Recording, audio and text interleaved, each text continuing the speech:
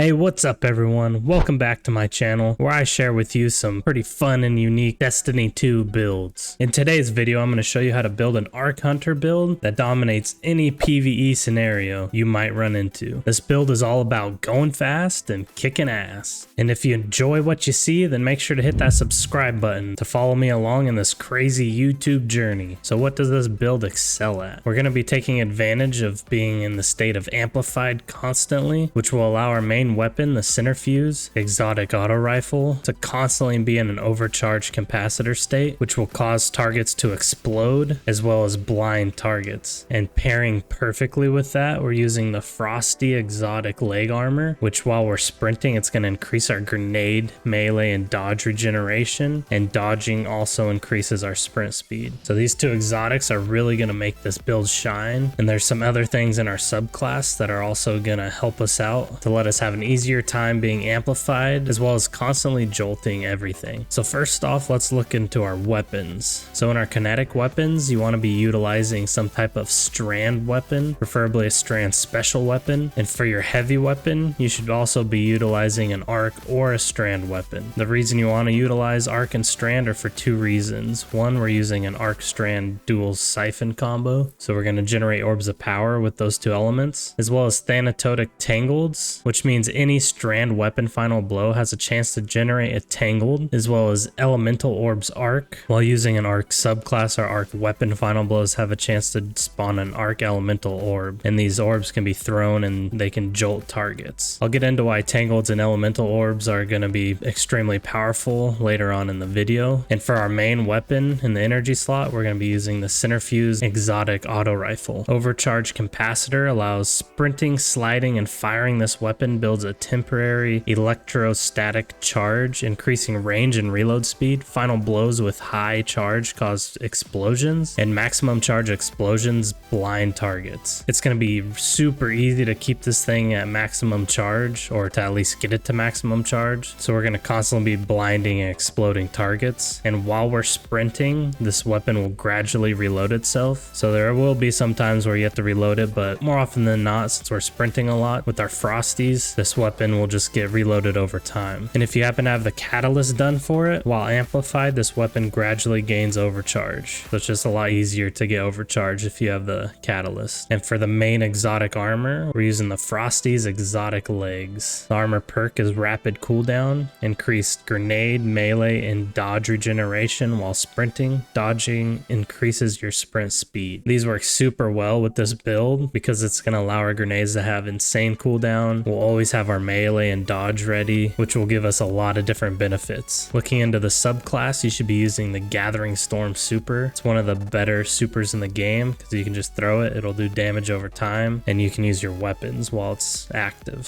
For our dodge, we're using Gambler's Dodge to recharge our melee. You can use any jump you're comfortable with, and you want to be running Combination Blow. This will stack up to 3 times and it'll increase our melee damage, and if we can defeat a target with this melee, it'll refill our class ability, so it'll instantly give us our dodge back. So Combination Blow paired with Gambler's Dodge just works really well together. For your grenade, you're going to want to use either the Lightning Grenade, Pulse Grenade, or Storm Grenade. For our aspects, we're using Lethal Current. So after we dodge, our next melee attack has increased lunge range and will jolt targets, and damaging any jolted target with a melee attack also blinds them. And Flow State. Defeating a jolted target makes you amplified. While you are amplified, your dodge recharges more quickly and you are more resilient while dodging, and your reload speed is greatly increased. This is going to easily make us amplified because we'll be able to defeat a lot of jolted targets. For our fragments, we're using Spark of Shock. Your arc grenade jolts targets. Spark of Ions. Defeating a jolted target creates an ionic trace, which ionic traces are a bolt of pure arc energy that travels along the ground and they'll seek towards its creator, and when you pick it up, it'll grant class ability energy. Spark of Magnitude.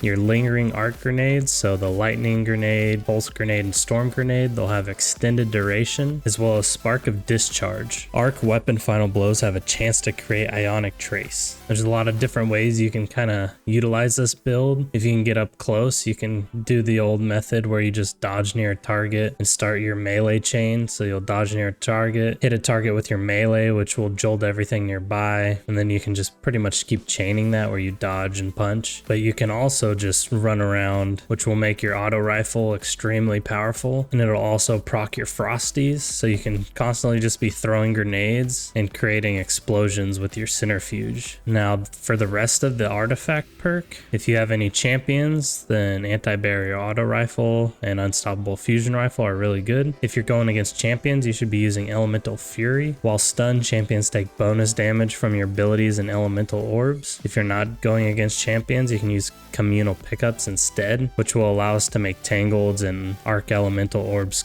faster if our allies use them, as well as refreshing pickups. Picking up a tangled or elemental orb grants energy for your least powered ability, which is typically our grenade. Our other abilities should pretty much always be fully charged. So whenever we pick one of these up, we throw them, and it kind of acts like a grenade. So you throw it and it'll jolt targets nearby, but also since you picked it up, it'll refill your grenade almost. So you'll be able to throw a grenade, pick one of these up, throw one of these, and then you should almost have your grenade back, and you just have to proc frosties a little bit to get the full grenade energy back. In that last column, you should be running elemental munitions. Combatant final blows with tangles or elemental orbs have a chance to drop special or heavy ammo. We're going to be able to create both the arc elemental orbs and as well as tangled, which picking up either a tangled or any type of elemental orbs gonna, like I said, recharge your grenade, and when you throw them and get a kill with them, it'll have a chance to spawn heavy or special ammo. As well as monochromatic maestro,